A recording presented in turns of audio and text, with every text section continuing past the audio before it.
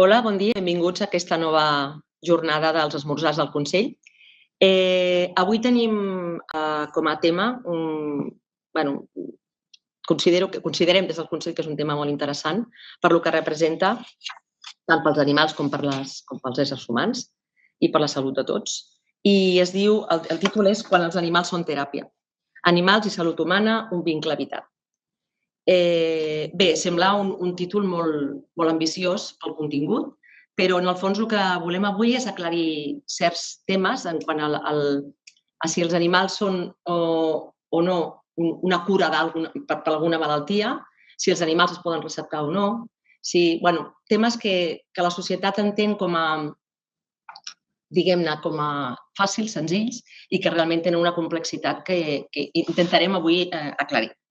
En aquesta taula tenim asseguts 5 experts del tema. Us els presentaré per ordre. Aquí a la meva esquerra tinc l'Anna María Catalán, que es la coordinadora de área de la Dirección General de Derechos de los Animales en el Ministerio de Derechos Sociales, Consumo y Agenda 2030. A la derecha tengo a Francesc Ristol, que es CEO del CETAC y miembro de la Junta Internacional de IAHAIO. La Sonia Sainz, que està al seu costat, que és veterinària responsable de comunicació a Purina, Espanya.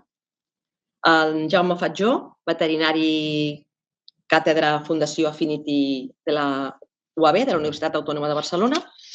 I al final tinc l'Alexia Falcó, que és veterinària i fundadora i CEO del projecte Tan Amigos.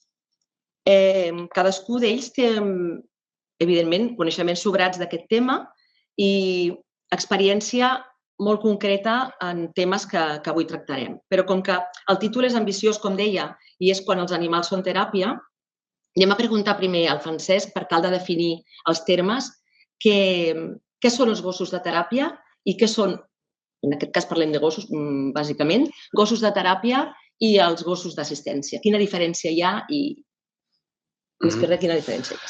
Bé, són coses completament diferents, que no tenen res a veure una cosa amb l'altra, les dues tipologies. Per una banda tenim els gossos d'assistència, que hi ha diferents tipus de gossos d'assistència, com pot ser el gos pigall, el gos de servei, el gos per nens i noies amb autisme, el gos d'alerta mèdica, el gos senyal. Són diferents modalitats on aquests gossos, d'alguna forma, són una ajuda tècnica per una persona en concret, no? Per una persona en concret. A partir d'aquí, és una especialitat que està regulada a totes les comunitats d'Espanya, d'alguna forma, i hi ha unes entitats que estan certificades per poder fer aquests certificats i hi ha uns instructors per poder formar aquests animals, no? I aquests animals, d'alguna forma, aquests gossos, depenent de cada tipologia, ajuden, en aquest cas, a una persona en concret. A diferència del que parlem d'animals d'intervencions assistides, que són animals que puntualment participen en algunes activitats, després explicarem quines, per ajudar a un procediment, sigui educatiu, terapèutic o el que sigui. Però hi ha una gran diferència entre uns i els altres i a vegades es crea una gran confusió amb això, perquè sempre ens diuen els gossos de l'ONCE vindran a fer teràpia. Doncs no té res a veure una cosa amb l'altra, són coses completament diferents. I a partir d'aquí és un suport. Els gossos d'assistència és una ajuda tècnica, i ho posa la llei. És una ajuda tècnica per ajudar a les habilitats i a cobrir algunes limitacions que aquests usuaris tenen, d'alguna forma. I en el cas del gos de teràpia, bàsicament són animals que ens acompanyen en diferents tipus de procediments per ajudar a aconseguir uns objectius específics. Crec que ha quedat molt clara la diferència. En el fons, el que volíem avui era que quedés clar això i, bàsicament, el següent que hem de preguntar és els beneficis que tenen, diguem-ne, les persones o que treuen les persones d'aquesta interacció amb els animals. Això sí que potser puc preguntar-t'ho a tu, Jaume, en aquest cas, estant en el grup on estàs i treballant en l'àrea que treballes, quins beneficis veieu que obtenen els éssers humans d'aquesta interacció? A veure, els beneficis són molt variats, però el que tu fas, moltes vegades nosaltres el que diem és que el benefici de la interacció amb un animal tindries com dues poblacions si penses en els gossos, per exemple, tens dues poblacions, no? El terapeuta anònim, que és el que està a totes les famílies que conviuen amb gossos i que ja fa la seva feina. I ja aquestes persones, qualsevol persona que conviu amb un animal ja rep aquest benefici. I el gos de teràpia, com deia el Francesc, el gos de teràpia és com el professional. És aquell que moltes vegades ha d'anar a un lloc o a un espai on no pot arribar el gos, anem a dir, a l'anònim, el de família. Seria aquesta. Però vull dir que els beneficis els podries igualar o podries començar a veure el que passa a partir d'això, d'analitzar els beneficis del vincle. I, bàsicament, els beneficis que suposen per les persones, si ho has de sintetitzar molt, el més important és el suport emocional. Amb tots els estudis que hi ha a tot el món, la dimensió que és més important és la de caràcter emocional. Quan la persona et diu, doncs, va, em fa sentir millor. Em fa sentir millor, és una font de suport social per mi, siguin quin sigui el perfil. A partir d'aquí, tu pots d'alguna manera treure profit de molts altres elements del vincle. Per exemple, quan una persona fa una interacció amb un animal, hi ha un aspecte que és purament biològic, sent millor, el fet d'acariciar, de canonar un gos o un altre animal, és igual. Si és, evidentment, una interacció desitjada, això ja té un impacte fisiològic en la persona, et fa sentir bé. Hi ha un professor de la Universitat de Califòrnia, que és l'Aubrey Fine, el professor Fine, que ell sempre diu que el gos és un spa biològic. És com anar a l'espa, no? És un spa biològic. I a partir d'aquí, jo diria que també tot allò que vulgui, i ho saben molt millor que jo, tot el que vulgui el terapeuta. I aquest és un punt que és molt important, penso en les teràpies, i és, quan es fa una teràpia, el que és molt important és que el terapeuta tingui clar què és el que vol i quin paper ha de tenir l'animal en aquell esquema de teràpia global. De vegades pot servir, per exemple, per afavorir la comunicació. Una persona que no s'està comunicant, de vegades l'animal intervé gairebé com un catalitzador per facilitar la comunicació. De vegades serveix per activar el comportament, perquè una persona quan està en el context de la interacció amb l'animal faci més coses o vulgui fer més coses, estigui motivada a fer més coses. És a dir, que fixa't que hi ha com molts escenaris diferents, tots deriven de tot allò que qualsevol persona pot derivar de la interacció amb un animal, però dependrà de la situació concreta, de la persona que està rebent aquesta teràpia, dels objectius que té el terapeuta, però quedem-nos amb això, que l'eix fonamental és aquest vincle que establim de manera pràcticament instantània amb els animals i, sobretot, aquest benefici de caràcter emocional. No et veus jutjat, l'animal no jutja, tots aquells elements que sabem que caracteritzen la interacció. Has dit una paraula que és la paraula suport. Vull posar sobre aquesta taula la pregunta, que la faria tu, Sònia. Els animals curen, són una teràpia com a tal, o realment, com ha dit el Jaume, són un suport en tot aquest conjunt d'actuacions a fer amb un pacient, amb un... Sense dubte el que cura és la medicina, els professionals sanitaris. Els animals no curen, són un suport fantàstic. Però sí que hem d'aclarir que un animal no és un ésser viu que pot ser receptat, no és una solució a una patologia, però ajuda moltíssim, no? Com ara parlàvem, la convivència amb animals, i els que tenim la sort de conviure amb animals, sabem tot el que ens aporta al nostre dia a dia. Si aquests beneficis els podem traslladar a col·lectius vulnerables o pacients o processos de recuperació, els beneficis són encara molt més grans, però s'ha de fer d'una manera correcta. I per això també hem d'aclarir els termes, com fèiem al principi, i també posar de manifest la importància de la gent que estigui correctament formada i dels professionals sanitaris que coneguin aquesta eina i que l'apliquin d'una manera correcta, tenint en compte el benestar dels pacients i la seva evolució, però també el benestar animal. Són dos aspectes importants a posar sobre la taula. Alexia, una pregunta respecte a això que està dient la Sònia. Tots els animals serveixen per fer teràpia? Com ha dit el Jaume, tots de sèrie porten els beneficis dintre seu. pero yo siempre les pregunto cuando me trasladan que quieren adoptar un perro para una determinada necesidad. Mi pregunta es, ¿tú tendrías un perro en otras condiciones? ¿Querrías tenerlo? Dice, no, es que lo quiero porque lo necesito. No, entonces no es... No, primero necesitas tener un perro para saber lo que hay. Primero hay que pensar en él también. O sea, nosotros como veterinarios tenemos la obligación de velar por ellos como colectivo, de velar por ellos, de que no se les pongan etiquetas, ¿vale? De que las razas no sean solamente que se vendan y se compren y se adopten animales como cosas, como que los profesionales no lo receten, que hablen muy clarito de lo que puede un perro y de lo que no puede. Y tenemos que velar por ellos, porque tengan los mecanismos de trabajo adecuados para su condición y para su temperamento y carácter. O sea, porque no todo es cuestión de tiempo. Hay perro que se pasa sus 40 minutos de sesión de terapia durmiendo y es su trabajo estupendo dormir. Y ese perro no tienes que preocuparte por su salud mental. Pero habrá otro perro que permanece despierto, aparentemente tranquilo, aparentemente, y realmente está haciendo una sobrecarga sensorial que nosotros tenemos que valorar. Y esto nosotros como veterinarios tenemos que empezar a buscar qué hay detrás del bienestar de este animal. No solo los signos externos, que todo el mundo conoce, y las señales de calma, las señales de incomodidad, sino cómo esto puede ser acumulativo y desembocar en unas patologías que las verán nuestros compañeros en las consultas y las tienen que reconocer, ¿vale? Las tienen que reconocer y saber que ahí está pasando algo, ¿no?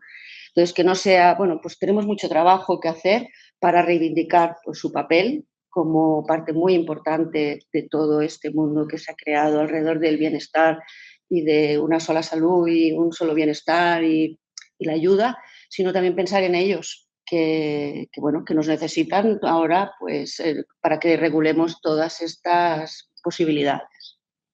Un poco lo que dice Alexia ahora, entrando en la palabra regulación, Ana, ¿qué hay de regulado en todo este tema y qué falta por regular y qué querríamos o qué esperamos todos que sea una futura regulación para que estos trabajos se hagan desde una manera, digamos, protocolizada, bien asesorada, con equipos interdisciplinares, con cara y ojos, que no haya, pues eso, el típico que se ofrece a hacer una terapia de manera, pero en mi casa, vente a mi casa que ya tengo yo el perro, que ya te hago yo cuatro paseitos con el perro, que lo toques y tal. Es decir, que las cosas se hagan como corresponde.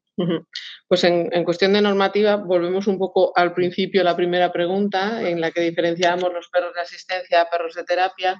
Los perros de asistencia sí que están dentro del marco de la Ley 7/2023.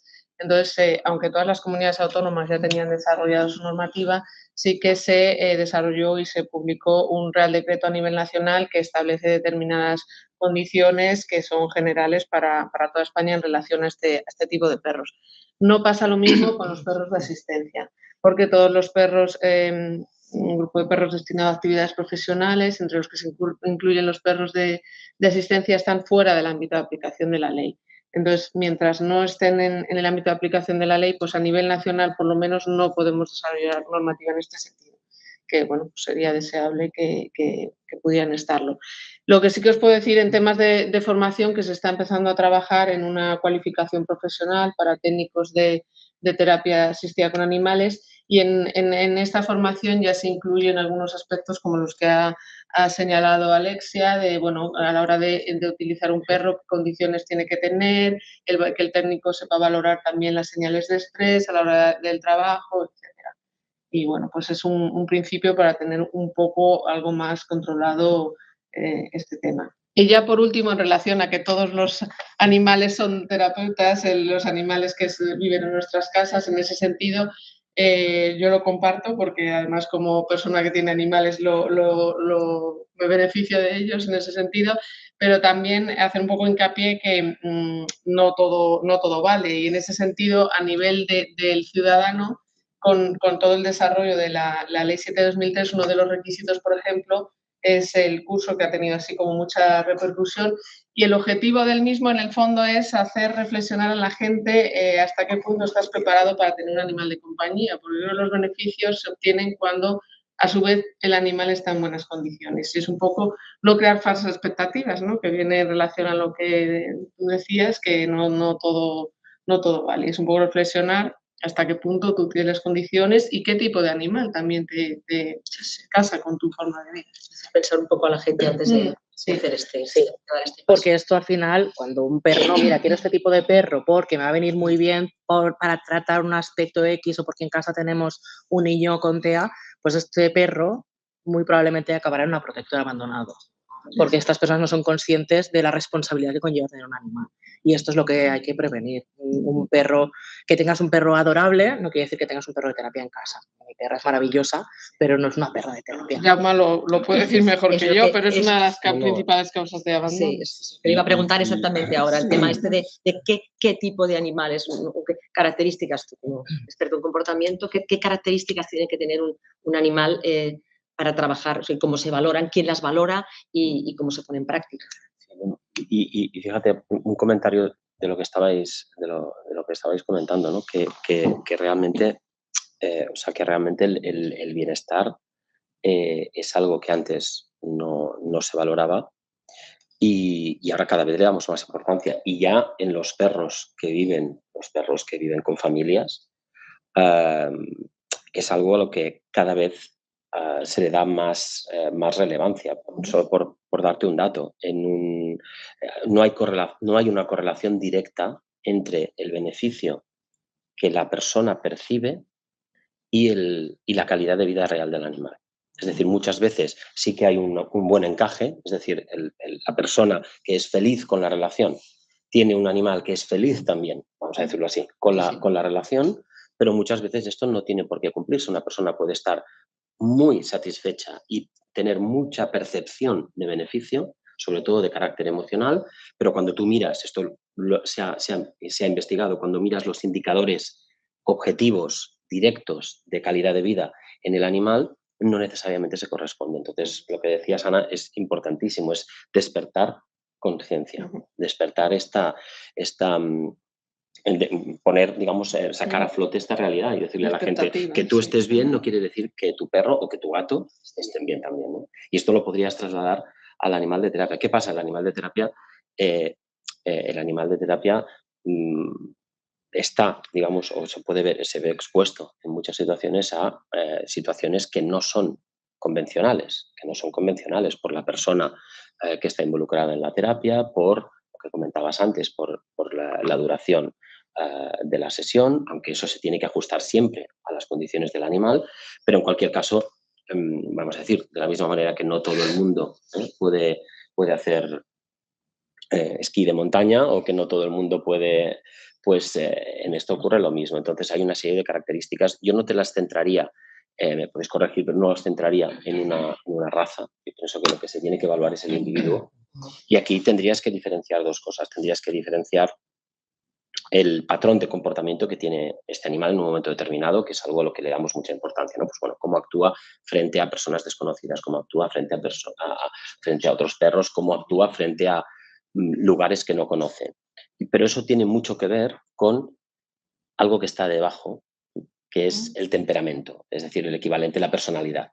Entonces, en este sentido, hay una serie de rasgos de personalidad que sistemáticamente se ha visto que no son los mejores aliados para un escenario de terapia. Por ejemplo, perros que son muy tímidos, perros que tienen dentro de esta línea poca sociabilidad, que son poco sociables, pero también a veces perros que son hiperexcitables. Si tienen una excitabilidad muy elevada, la excitabilidad, eso también lo sabemos hoy, es una puerta de entrada, es un factor de riesgo para comportamientos como puede ser la agresividad o como, por ejemplo, puede ser los problemas de miedo. Entonces, este proceso de evaluación debe hacerse ya no solo en situaciones concretas, sino mirar cuál es el perfil de temperamento general que tiene el animal y centrarse en el individuo.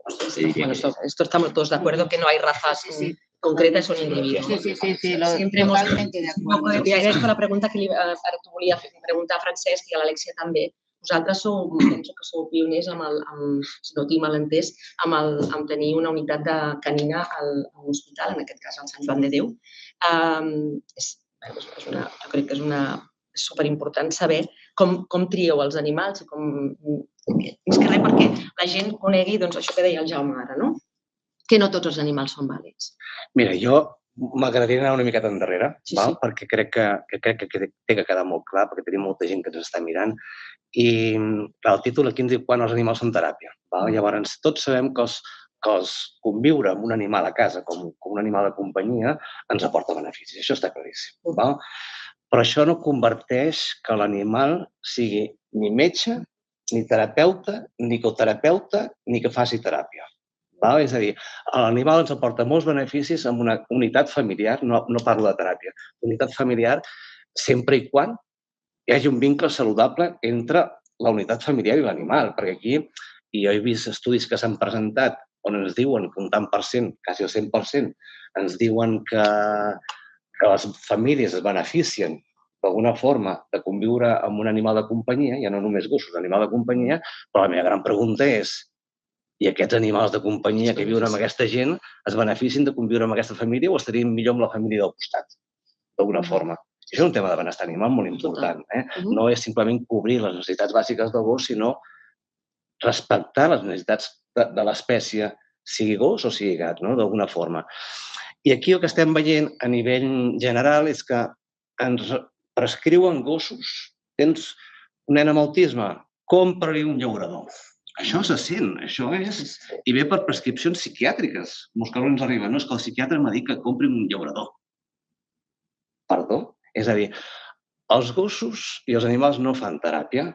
I és molt habitual, És molt habitual. Llavors, aquí el potencial, d'alguna forma, són els professionals. El gos no és més que un facilitador perquè algun professional que té uns estudis universitaris de molts anys faci la seva teràpia i faci el que hagi de fer. És a dir, el gos és part d'un procés. Si parlem, per exemple, d'una depressió, tu estàs en depressió a casa, d'alguna forma. El gos no et cura la depressió, per favor. El gos et pot ajudar a motivar-te a sortir a passejar. I això té uns efectes positius. A donar-te companyia, donar-te suport emocional. Evidentment que t'ajuda, però al final qui et curarà serà el terapeuta, el metge i uns medicaments, finalment. I això té que quedar molt clar, perquè ara ja compra't un gos, sobretot es diu això, compra't un gos que et curarà, i no vull dir un nom, l'etiqueta, d'alguna forma. I això jo crec que té que quedar molt clar. Ni són gossos, ni són gossos terapeutes, ni coterapeutes, ni metges, ni doctores, doctores que diuen ara d'alguna forma. Això té que quedar molt clar. A partir d'aquí, jo crec que els gossos de teràpia, d'alguna forma, els gossos de serveis que estan inclosos en diferents projectes, jo no crec que hi hagi un gos que serveixi per tot. És a dir, el nostre resultat treballant, tal com deies, al departament, que portem 15 anys a Sant Joan de Déu, i també estem en el Clínic, estem a Vall d'Hebron, estem a Bellvitge, en diferents hospitals que ja ho estan aplicant d'alguna forma, és un equip d'animals. És a dir, necessitem tot tipus de perfils diferents per poder cobrir totes les necessitats. Totalment d'acord. Perquè si no, no pots complir amb el benestar animal. És a dir, jo no tinc cap animal que sigui capaç de participar en qualsevol tipus d'activitat. No. Aquí el que necessites és, com a equips que tenim, són diferents animals, i si jo tinc que anar a treballar un objectiu en concret a psiquiatria amb un noi amb problemes de comportament, haig d'agafar aquell individu concret que li agrada allò. Que dèiem abans del temperament, vull dir, un gos que és molt juganer et pot servir molt per activar, però, per exemple, en entorns com pot ser una UCI, necessites un gos, clar, necessites un gos. És que tot dependrà de l'objectiu que treballem. No vagis. Pensem que si parlo d'hospitals, que poder és el més... que la gent es pensa, ui, un gos en un hospital. Un gos en un hospital no passa res. És a dir, hi ha llocs, per exemple, si tu em dius quin és el lloc on hi afecta més de forma negativa amb un gos quan fem aquest tipus de serveis, jo et diré la sala d'espera d'urgències, que es pot equiparar tal qual a portar un gos a un centre escolar amb 25 nens. No és la unitat de psiquiatria o la unitat de pal·liatius. No. És tot segons l'entorn i sobretot l'estrès ambiental que comporta, que és el que jo crec que li afecta més a un gos, d'alguna forma. A partir d'aquí, tot es basa en una bona selecció, una bona educació relacional durant el període de socialització el primer any i a partir d'aquí després l'entrenament que faci falta. Però no podem caure ni en races Estem parlant d'individus. Si me permites, esto nos lleva a los términos, ¿no? Tú has dicho selección. Yo os pongo sobre la mesa otra cosa, la elección del individuo. Seleccionamos libros entre iguales, pero cuando elegimos individuos, o sea, por una serie de características. Entonces, de la misma manera que nosotros ya tenemos que poner sobre la mesa, más que la palabra selección, es yo te elijo a ti para hacer estos objetivos y o sea, vamos a intentar cambiar, ¿no? Los términos, porque yo creo que se nos entenderá mejor y los cosifica menos a los perros, ¿vale? Y también nuestra tarea como pioneros, como has dicho, es un poco crear ahí el debate, ¿no? ¿Es una selección o es una elección? Porque si yo he elegido bien y pongo al perro en el lugar adecuado, el adiestramiento que necesita, porque yo no quiero cambiarle conductas. A mí las conductas que me gustan en terapia son las de perro de verdad. Controlado, ¿vale? Controlado, pero que aquella persona anciana o aquella persona con necesidades especiales sienta el vínculo y sienta lo que es tener un perro que le hace caso, por ejemplo. Entonces, yo el único adiestramiento que necesito es para tener control de la sesión. Es lo único que necesito. Yo no necesito modificar conductas, no necesito que deje de ladrar o que responda de una manera determinada. Esto lo dejamos para otros lugares. Entonces, si yo he elegido bien, ese perro necesitará muy poco adiestramiento y necesitará muy poco mantenimiento comportamental, ¿vale? Entonces, bueno, nada, queria poner-lo sobre la mesa i que me digueu què opináis al respecte. Aquí és important també el paper dels tècnics d'intervenció que van amb aquests gossos, no? Que seleccionen o trien quin gos és adient en cada situació. No? És el mateix el que dèiem, una sessió amb 25 nens que una sessió amb una persona individual, adulta, que té un temperament diferent. Cada gos estarà còmode i disfrutarà, que és l'important, que s'ho passi bé per garantir aquest benestar que parlàvem. Perquè per ell ha de ser un joc, no? Perquè si no, no té sentit. De la mateixa manera que hi ha activitats que es fan a les sessions que es necessita un gos d'una mida o una altra, i no parlem de races, no? Com vèiem, si el nen ha de posar el cap a sobre d'un gos, no ho farem a sobre d'un chihuahua, perquè et xafarà. I si l'hem de posar a sobre, no agafaràs un llaurador de 30 quilos. Aleshores, hem de ser conscients que s'ho passin bé, però també que el tècnic sàpiga i sigui capaç de detectar els símptomes d'estrès de l'animal, d'agòbio, però que també que s'ho estigui passant bé. És que has de pensar que, a més hi ha una cosa que de vegades quan dius, cuando dices, tú me vas diciendo eso, a veces cuando dices, bueno, es que este perro se comporta así, algo que también se ha visto es que tienes que hablar no del perro, tienes que hablar de la unidad, del dúo. Y, por ejemplo, el tipo de vínculo, porque esto hoy en día se puede medir. No es fácil, pero lo puedes medir. Puedes medir el tipo de vinculación que tiene el animal con la persona. Por ejemplo, si es un vínculo seguro o es un vínculo inseguro. Pues aquellos perros de terapia, aquellos perros que tienen vínculos seguros con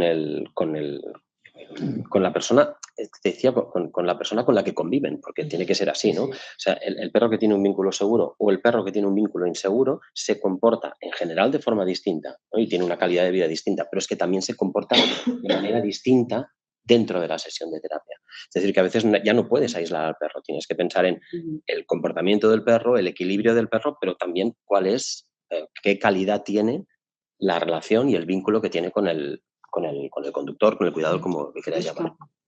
Yo, si me permitís, también quería ir un poco más para atrás también y aprovechar que tenemos a Ana María. Ana María, cuando regulamos, ¿no? O intentamos regular, y esto ya nos pasó cuando yo participé en la ley en Cataluña de perros de asistencia, la regulación es muy compleja. ¿Vale? Antes lo comentaba con mi amiga y decía, llevamos casi 25 años en esto, ¿vale? Y hemos hecho lo bien que hemos podido, ¿vale? Seguro que lo podíamos haber hecho mejor, pero llevamos 25 años en esto. Entonces, esta regulación que se está pretendiendo ahora, yo no estoy de acuerdo, ¿vale? Primero que cuelgue de bienestar animal, ¿vale? Porque considero que estamos de alguna forma vinculados con los animales, pero creo que hay sanidad, hay educación, hay otros departamentos que tendrían que estar incluidos aquí de alguna forma. Y por el otro lado, no estoy de acuerdo en que solamente hablemos de perros. Es decir, si vamos a regular los animales de intervención, ¿no? Hablemos de caballos, hablemos de gatos, hablemos de conejos, hablemos de animales de granja, porque si solamente hacemos una regulación que vamos a fiscalizar a una especie, en este caso los perros, yo sé que la gente que no lo hace bien, mañana está trabajando con gatos y va a estar legal, de alguna forma. Entonces, yo lo que intento siempre decir es, hagamos la regulación, yo estoy de acuerdo. Tenemos que regularlo y sobre todo la formación y muchas otras más cosas, sobre todo bienestar, ¿no? En la aplicación de estas actividades. Pero regulemos todos los animales. ¿Qué pasa con los caballos? Claro, hablamos de perros, pero las barbaridades que están haciendo con los caballos, nadie habla. Se están utilizando animales de compañía en actividades que no es correcto. Agapornis, conejos, he visto de todo. Pero aquí nadie habla de eso, solamente hablamos de perros. No, hagamos una buena ley, pero hablemos de todos los animales. Sí, pero de perros, o sea, de animales de terapia todavía no hay nada a nivel regulatorio. Lo único que he dicho que hay un poco es que se está elaborando la cualificación profesional. Y si no recuerdo mal, yo creo que no habla de especies, en general. Lo tendría que verificar, pero... Claro, sí, es que yo creo que cuando trabajamos con animales hay muchas distintas especies, se pueden aplicar, yo creo, algunas de ellas según en qué actividades, pero yo lo que pido es que regulemos, pero regulemos... Claro, pero esto es regular la formación, no toda la actividad. No sí, toda pues que la formación va ligada a qué tipo de Me animal. refiero que no es normativa, es cualificación profesional. No, yo solamente lo digo para que... Luego también es verdad que... Lo dejas ahí. Y luego la regulación a veces va como va y a veces te produce situaciones... Mira, yo es que ahora cuando hablas de regulación pensaba en una... Os puedo explicar porque es una anécdota, pero es que a mí, claro, me llamó la atención y es el programa... cuando pusimos en marcha el programa en la UCI, en la UCI del Hospital del Mar, pues el primer día fuimos, se hizo una sesión, estábamos en la UCI, tenías perros dentro de una UCI, que es una cosa que hace pues 20, 30 años, imaginaros la que, ¿no? Pues al salir, los médicos del hospital, nosotros, los técnicos de terapia, al salir de la UCI, queríamos ir, decimos, bueno, vamos a tomar un café y los perros no podían entrar en la cafetería. Que hemos llegado. Te lo digo porque a veces la regulación hace estas cosas, ¿no? Que avanzas por un lado y por el otro, pero bueno, poco a poco yo creo que, bueno, ayudará. O sea, el hecho de acceder a la UCI te ayudará, supongo que también a que podamos acceder a la cafetería. Sí, bueno, yo creo que a nivel institucional también los colegios, los consells, tenéis que poner sobre la mesa todo este tipo de cosas. Un animal que etológicamente pues sabemos que es muy social, como el perro, pero otros sabemos, como el caso de los gatos, que no son sociales.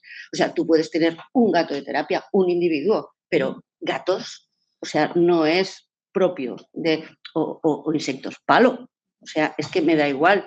O sea, el insecto palo tiene sus derechos también. O sea, que pienso que dura poco en terapia, ¿no? Con respecto a regular lo de las especies, estoy de acuerdo contigo, que al final tienes que abarcar todas las especies que se están utilizando, pero hay a veces, y te lo digo a nivel normativo, es más fácil empezar por lo más común, establecer las bases y luego ir ampliando, porque a lo mejor de repente, de nada, poner a todo el mundo de acuerdo en lo que debe ser para todas las especies, quizás se va avanzando poco a poco. Y eso, por ejemplo, nos ha pasado mucho en el curso de perros, porque hay un curso de perros y no de gatos. Bueno, primero porque la ley lo establece así, que para los ciudadanos que tengan perros van a tener que hacer un curso.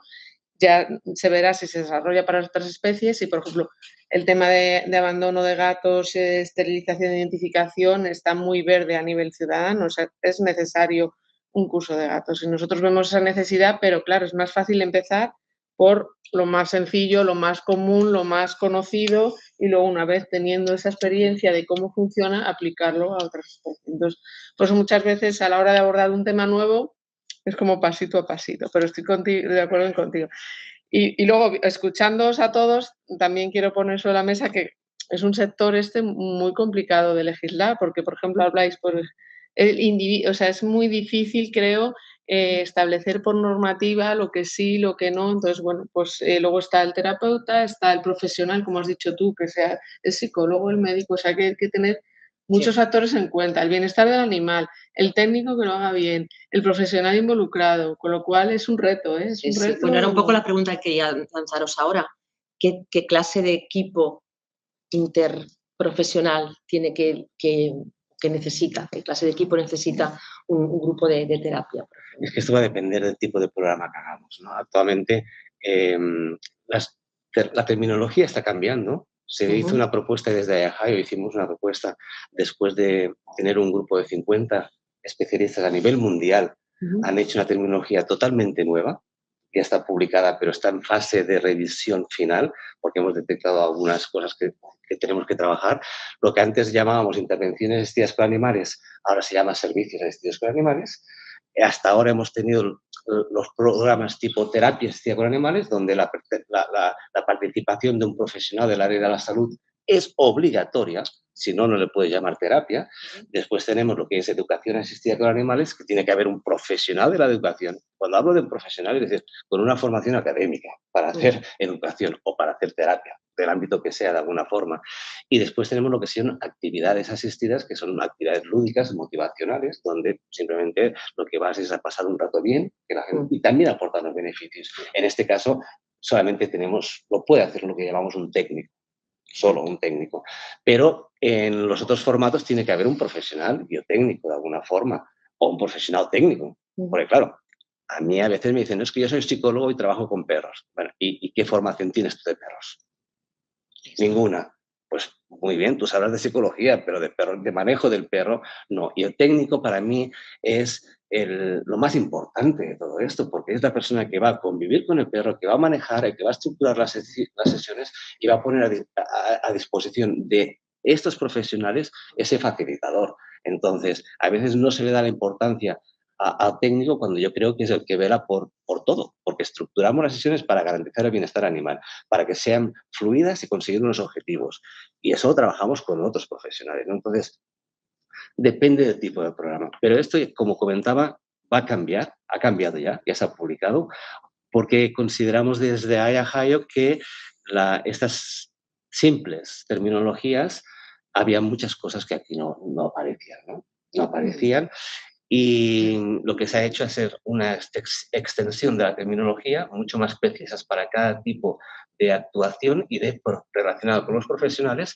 Y ahora lo que hemos visto, que estamos de alguna forma a ver cómo lo arreglamos, es incluir dentro de cada especialidad en la terminología qué animales nos pueden acompañar o no, de alguna forma.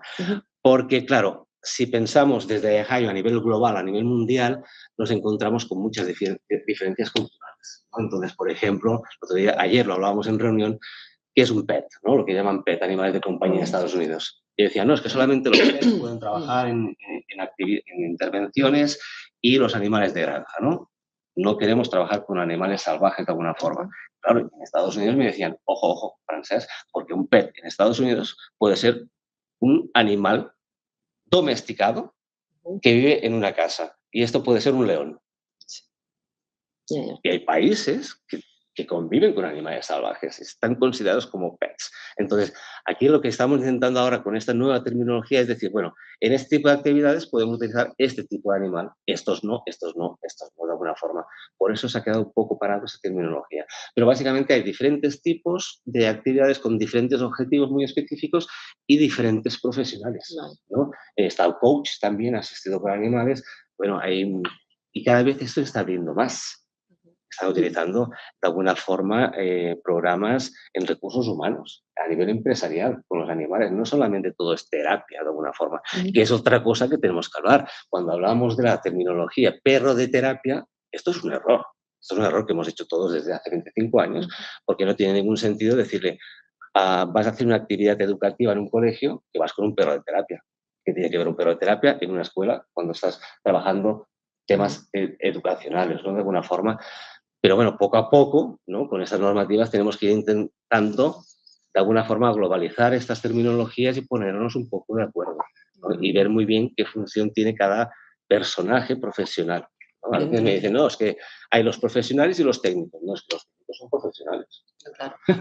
Por favor. Una pregunta que os quería lanzar qué papel tiene el veterinario en todo este tema. Lo quería... Sí, claro, el veterinario pregunta. es central, pero además te diría que el papel del veterinario, el veterinario a cargo de la salud física, que ahora ya no se separa de la salud comportamental, es decir, es un veterinario que debe tener una buena preparación en el ámbito del comportamiento, pero que además el papel del veterinario no es hacer una revisión, no debería ser hacer una revisión cada 6 meses o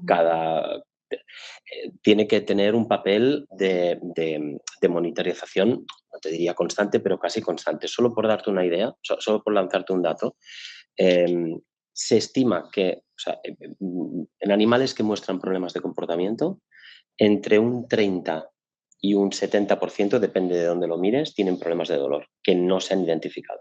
Entonces, por ejemplo, hay escenarios en los cuales tú puedes tener un animal que no da o que no expresa o que no manifiesta de manera muy clara que tiene un problema físico, pero que a lo mejor lo que tiene es un problema de dolor subclínico y que afecta, por supuesto, a su bienestar, pero que afecta a su bienestar, afecta a su comportamiento, por lo tanto, al final afecta a toda la seguridad de la propia terapia. Entonces, el papel del veterinario no es ya sobre el papel, ¿no? Sí. No es sobre No es el la papel, cartilla. no es la cartilla, No es la y el decir cartilla, no es el pasaporte.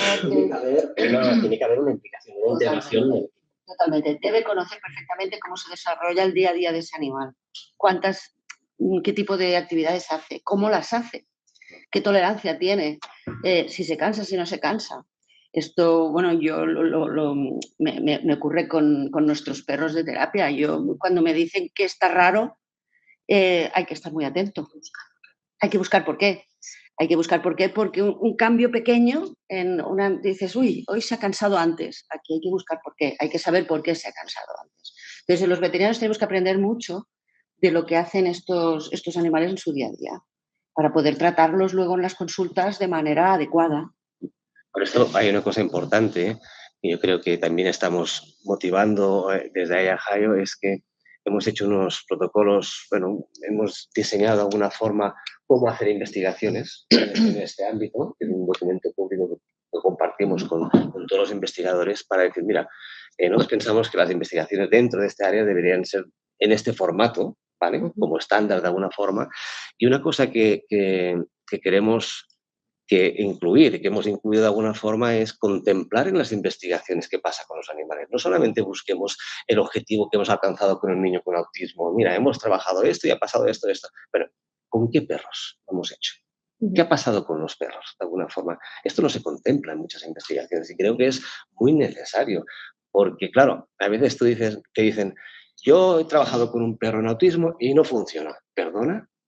Está demostrado científicamente que funciona, pero con una metodología, con un tipo de perro y utilizando una estructuración específica, ¿no? Entonces, creo que en las investigaciones, Jaume, nos dejamos muchas veces el hablar de los perros, ¿no? Es decir, a ver, hemos hecho esa investigación con estos individuos que son de estas características y lo que ha pasado es esto.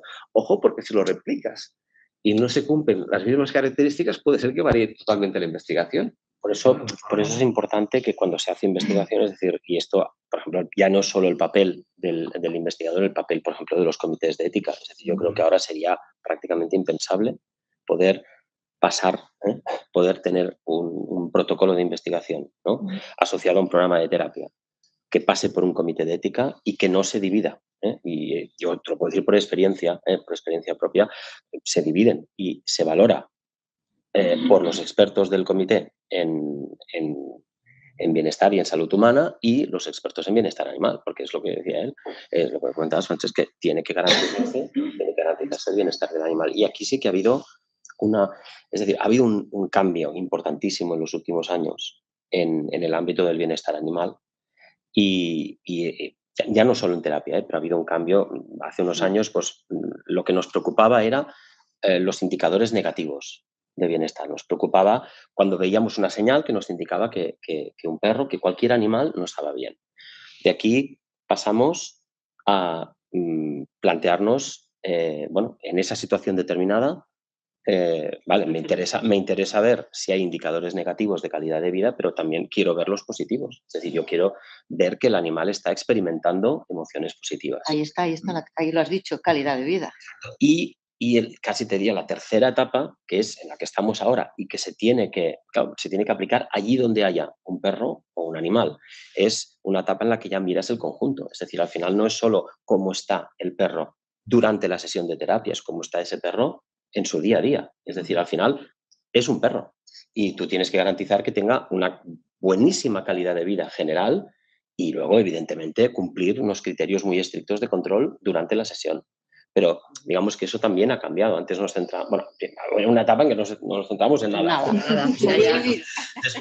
Después se puso muy el foco, que fue una evolución lógica, se puso el foco en la sesión, en lo negativo, después se puso el foco en lo positivo y ahora se tiene una visión más global de cuál tiene que ser la calidad del animal. Claro. Por eso, esto me da que pensar, y déjame que interrumpa porque es un tema también de que tendría esto de que la legislación contemple cuando un animal de asistencia o de terapia tiene que retirarse o jubilarse o apartarse. O sea, esto también hace que sea individual. Entiendo que según el individuo. Es la típica pregunta que a Francesc se la habrán hecho millones de veces. Por eso te la hago, porque es una pregunta que sé que la gente quiere oír, ¿no? O sea, ¿cuándo tiene que jubilarse, ¿no? El perro, dices, depende evidentemente del que trabaje del individuo. Yo creo que no hay una edad de jubilación, depende siempre, no es como nosotros que nos obligan a, ¿sabes? Sí. Cuando hay gente con 40 años que debería estar jubilada, hay gente con 80 Es igual. La forma de los perros es que va a depender mucho. Cuando nuestra opción es cuando detectamos que un perro deja de gustar lo que está haciendo, pasa a otra actividad.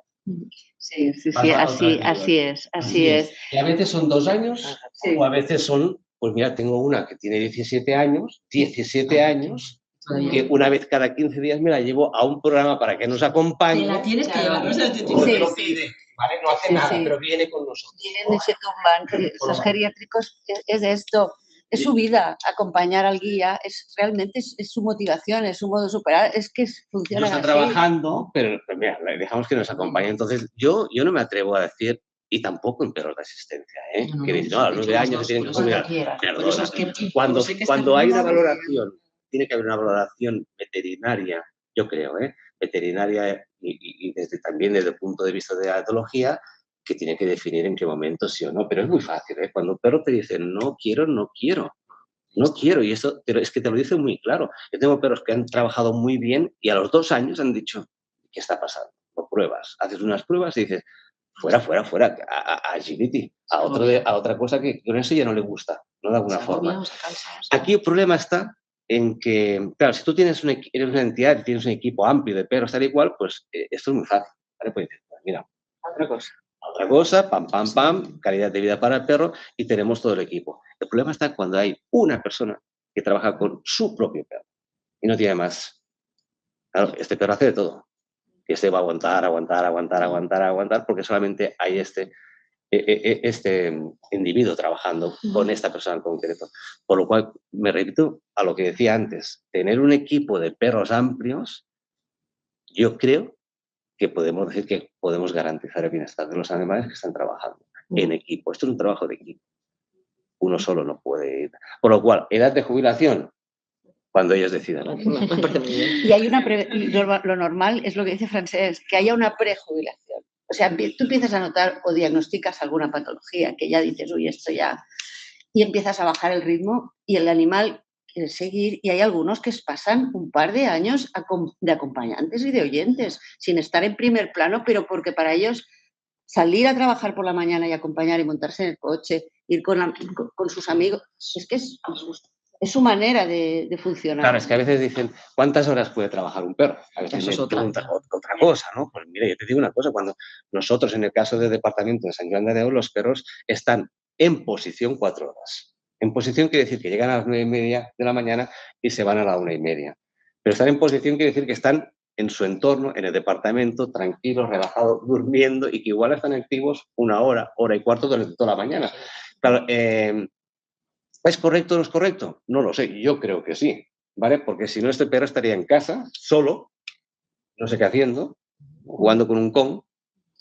Entonces, que te lo lleves que esté contigo, que cubra sus necesidades que tiene durante la mañana y que comparte un espacio, aprovechamos con otros perros, que es otro tema. Si hablamos de bienestar animal, Jaume, para mí el primer concepto de bienestar animal es que entender que un perro es un perro. Claro, y que hacer el perro. Un perro es un perro. Esto para mí es el primer concepto de bienestar animal. Entender que tenemos que permitir que sea perro y que tenemos que permitir que esté con otros de su especie, que interaccione, se relacione con otros de su especie de forma continua. No solamente sacar el perro a hacer pipí, popó y nada más. Ahí es otro tema que podríamos hablar, de alguna forma. Pero entonces, un perro que está en equipo con otros perros que están interactuando, están jugando y después sale a hacer una actividad, no digamos trabajar, hacer una actividad, pues para mí es de lo más correcto posible. O sea, fíjate que la clave, y otra vez aparece el lenguaje, ¿no? Es que si tú te colocas en el lugar del perro, el perro no sabe lo que es trabajar.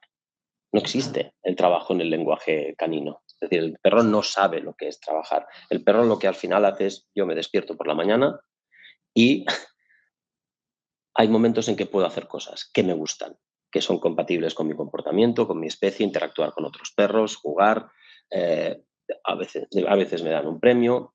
Esto es lo que al final configura la calidad de vida que tiene el animal. Lo puedes aplicar a cualquier especie. Entonces, tú lo que te tienes que plantear es, mi perro ha pasado un buen día. Puedes hacerte esta pregunta, ¿no? Ha pasado un buen día y este buen día es al final un balance, lo puedes aplicar a la gente, es el mismo criterio, lo puedes aplicar a eso, a decir, pues mira, al final es un balance entre los momentos en que has tenido emociones positivas y los momentos en que has tenido emociones negativas. Y eso es lo que marca la diferencia entre cuando uno tiene un buen día, tiene un mal día o ha tenido un día más o menos. Pues lo que uno tiene que intentar, como tú eres el responsable, él no puede elegir, como tú eres el responsable de que los días sean buenos, ¿no? Entonces, lo que decías antes también, a veces depende del día y tú te tienes que adaptar. A lo mejor hay un perro pues, que un día a lo mejor no va a poder o no va a querer participar de manera positiva y de manera activa en una determinada actividad más de 30 minutos o una hora, y esto se tiene que explicar. En relación a lo que había dicho además antes de que hemos pasado de las emociones negativas a positivas, a nivel normativo también en materia de bienestar animal se intenta evolucionar, sobre todo pasar de legislar al entorno o las instalaciones, o por ejemplo en este caso sería decir, tiene que trabajar 4 horas, tiene que cosas más categóricas a lo que llamamos las medidas basadas en el animal, ¿no? Que es lo ideal, pero que también a nivel normativo es un reto, ¿no? Pues en lugar de decir tiene que trabajar 8 horas, que podría ser algo categórico, estamos hablando de cerdos, el habitáculo tiene que ser de X por X, no, fijarnos en los animales. Y creo que esto es un ejemplo claro de una legislación que tendría que estar muy orientada en ese sentido de medidas basadas en el animal, de ver cómo está el animal, ¿no? Pero es muy difícil. Tú sabes que hay una serie de prácticas, claro, tú sabes que hay una serie de prácticas que se asocian sistemáticamente a que el animal esté mejor. Entonces, lo que tú puedes decir es, oiga, para que las cosas vayan bien, tiene que tener esta nutrición, este ambiente, este manejo, poder expresar estas conductas, pero al final, es lo que decías, Ana, al final es la experiencia del animal, y la gran diferencia que hay con personas es que a las personas nos pueden preguntar. Otra cosa es que lo sepamos explicar, que sepamos cómo estamos, pero podemos verbalizar. O se nos puede... En los animales el bienestar siempre se dice lo mismo, es una variable oculta. Es una variable oculta a la que tienes que llegar a través de indicadores indirectos, y ahí es donde está la dificultad. Es relativamente habitual ahora cada vez más hablar de preferencias. O sea, no hay nada ni bueno ni malo, sino qué prefieres. O sea, qué prefieres para estar bien. ¿Prefieres esto? ¿Prefieres lo otro? Entonces, bueno, tendremos que ir jugando con este. Es muy importante lo que digo, Jaume, ¿no? Yo añadiría no solamente verlo durante un día, sino durante qué pasa durante toda la semana. Sí, claro. No, porque lo que pasa un día... como nosotros, ¿no? Lunes y martes igual te estresas un poquito más de lo que cuenta, ¿vale? Y el jueves te relajas y lo arreglas y estás preparado de nuevo, de alguna forma, por lo cual es una visión del animal que creo no solamente puntualmente en una sesión, sino que eso ya está controlado por los técnicos, sino cómo está, ¿no? Cómo está durante toda la semana, le gusta, no le gusta. Y mira, yo lo veo muy fácil. Cuando tú arrancas por la mañana a trabajar, abres la puerta del coche, hay cola para subir. Sí. Eso tiene que venir. Claro. ¿Qué quieren ir? Sí, sí. Y hay uno que dice, ¿dónde está? Si te esconde. Ese no quiere ir. Respétalo, de alguna forma, ¿no? Entonces, es simplemente, yo creo, entenderlos muy bien y conocerlos muy bien. Y la experiencia y el conocimiento. Sonia, una pregunta te quería hacer. Respecto a todo este tema que ya veis que es muy amplio, desde Purina, ¿qué programas iniciáis o colaboráis? O entiendo que colaboráis muy estrechamente con Francesc, pero también sé que habéis iniciado, por ejemplo, en Girona, que tenemos aquí al presidente, habéis hecho un convenio para que llamáis Hospigós, también de, pues eso, ¿no? De entrada de perros en instalaciones hospitalarias para... Bueno, explícalo tú, que yo... Pues tenemos el compromiso de favorecer la salud de las personas gracias al vínculo humano-animal, pero teniendo en cuenta no solo la salud de las personas, sino también lo que hablamos, el bienestar del animal, que es importante y no negociable. Y a partir de aquí tenemos un programa que le llamamos Mascotas en Hospitales.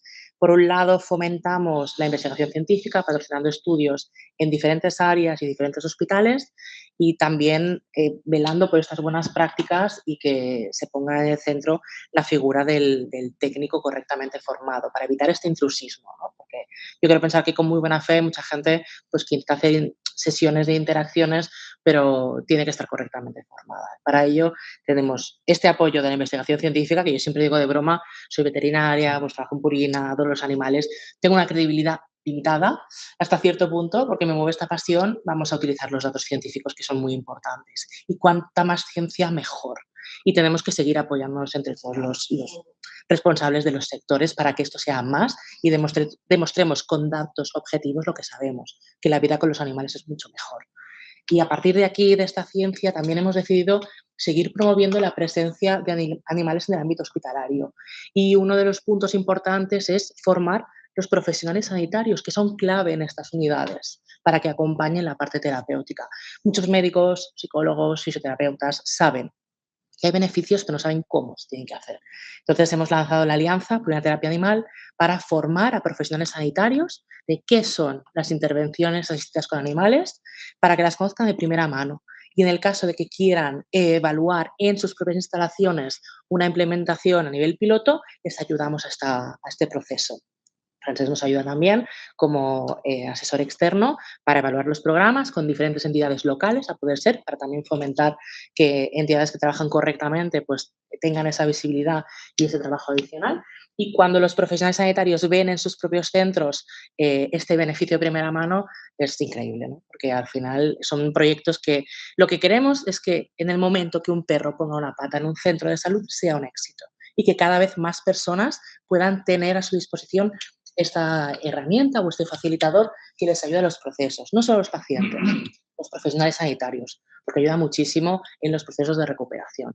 Y esto luego también entran programas tan bonitos como Hospigós, que lo que conseguimos que personas que están hospitalizadas durante al menos un mes o pacientes en momentos terminales puedan recibir la visita de sus animales de compañía.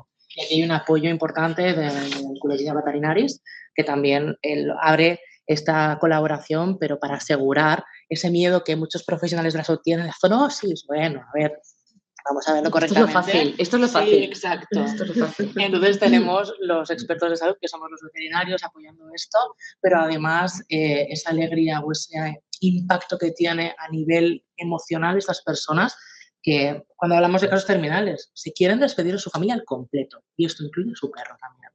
Y bueno, la felicidad de estos pacientes es increíble, y en el caso de pacientes ingresados de largo plazo, también los procesos de recuperación son mucho más fáciles y más livianos. Entonces, que los hospitales abran sus puertas a perros de terapia o de intervención es muy importante, pero si conseguimos también una sociedad más amable, inclusiva, que permita que los animales sean considerados como lo que son, parte de nuestra familia en todos los aspectos, nos va a ayudar a todo el mundo. Bueno, ahora me han dicho que quedan 5 minutos. Me encantaría que sois 5, que tenéis un minuto de gloria cada uno para decir un poco el resumen de lo que queréis, del mensaje que queréis dar, ¿no? Respecto a todo este tema. Alexia. Empiezo yo porque estoy en la esquina. Bueno, bueno, sobre todo agradecer el foro, agradecer a los compañeros haber puesto sobre la mesa tantas cuestiones. Y sí, debemos avanzar. no hacia la tenencia responsable solo, sino a la vivencia, o sea, aprender a vivir con perros de verdad. No es una cuestión de tenencia responsable, sino que es vivencia, o sea, es más que eso. Hay que vivir con los perros todos los días, pero ¿cómo son realmente? Yo creo que los veterinarios tenemos muy claro, y por esto somos veterinarios, que nos gustan los perros y los gatos y su elemento y siendo lo que son. Y todas estas, todos los beneficios añadidos serán más si conseguimos dejarlo en su lugar. Si dejamos a los perros ser perros, a las personas disfrutar de ellos y todo el mundo en su sitio, ¿no? Y cuidándose los unos a los otros, yo creo que sería para mí fantástico. Yo insistiría en la cuestión de la calidad de vida, de abordar el tema de la calidad de vida desde la perspectiva veterinaria, veterinaria etológica, abordarlo de manera integral, no instrumentalizar nunca al animal, es decir, la calidad de vida tiene que estar siempre por encima, siempre tiene que ser una luz verde y a partir de ahí es cuando podemos hacer otras consideraciones y igualmente no insistir en la necesidad que hay de investigar. Y en este sentido, además, yo estoy en un departamento de psiquiatría y en general, contrariamente a lo que a veces se puede pensar, hay muchísima predisposición por parte de psicólogos, de psiquiatras, del personal sanitario en general. Tienes que pensar que si nos queremos las estadísticas, 1 de cada 2 vive con un animal de compañía, es decir, que son amantes de los animales, ¿no? Y tenemos que convertir, ¿no? la pasión y la evidencia que tenemos, ¿no? del día a día, la tenemos que convertir en números. Tenemos que convertirla en números, tenemos que convertirla en evidencia científica, porque eso ayuda a consolidar. Totalmente de acuerdo. Ana.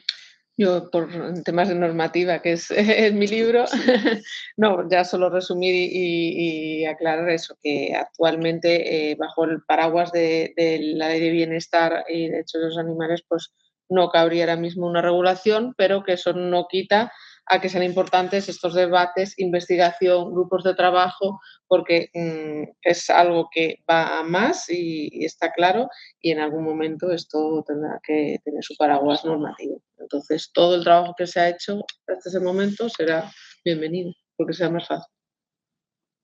Perfecto.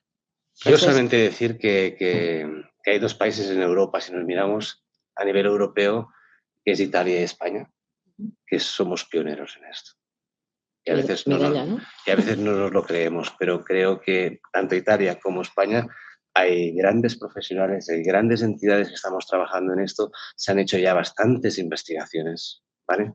Y a veces siempre miramos muy fuera, pero es que en casa hemos hecho mucho, ¿no? Entonces, seguir como estamos, con una regulación correcta, esto nos va a ayudar evidentemente y yo lo que quiero es que siga y que abrir caminos a nueva gente, a jóvenes y que se siga trabajando en esto porque se ha demostrado que realmente aporta muchos beneficios en todos los sentidos. Jo faria el focus també que els animals no curen i hem de ser conscients d'això. Són fantàstics, són meravellosos, però els hem de protegir i hem de ser conscients que el que cura la medicina i que tenim molta sort que molts animals ens poden donar molt de suport i poden ser facilitadors. Però posem el benestar de l'animal al centre i pensem també en l'impacte que té a les persones i a la salut, que és molt important i hem de protegir això per continuar tenint una societat més amable amb els animals, més inclusiva, però sobretot intentar desmitificar aquest lema, no? Perquè realment és més negatiu pels animals i és una pressió que no és necessària. Aleshores, curant els professionals sanitaris i també els veterinaris ho fem en la nostra àrea, però traiem aquest pes dels animals com a sanadors perquè realment la medicina és el que fa aquesta feina i nosaltres hem de vetllar per ells. Doncs moltíssimes gràcies. Ha sigut, jo crec que es va fer supercurt. No hi ha 5 minuts, què vol dir 5 minuts? Bueno, agrair-vos a tots l'assistència. Jo crec que el que dèiem abans amb la Francesc, amb tot el guió que tenia aquí, hauríem estat 3 dies. Crec que hem resumit molt bé l'esperit del que volíem dir. Hem aclarit temes i, a més, hem vist la necessitat d'una normativa. Hem consolidat la idea de que els animals no són teràpia i crec que hi ha molta feina per fer. Feina basada en la ciència, en l'evidència, en la investigació, amb un recolzament normatiu I estic molt d'acord amb una cosa amb el Francesc, que ha de ser no només vetllat per un departament, sinó que realment és un tema de One Health, és un tema de tots, i hauria d'estar Sanitat aquí, el Departament de Salut, i tots els agents implicats amb el benestar de les persones i dels animals. Bé, moltes gràcies a tots i fins la propera. Molt bé.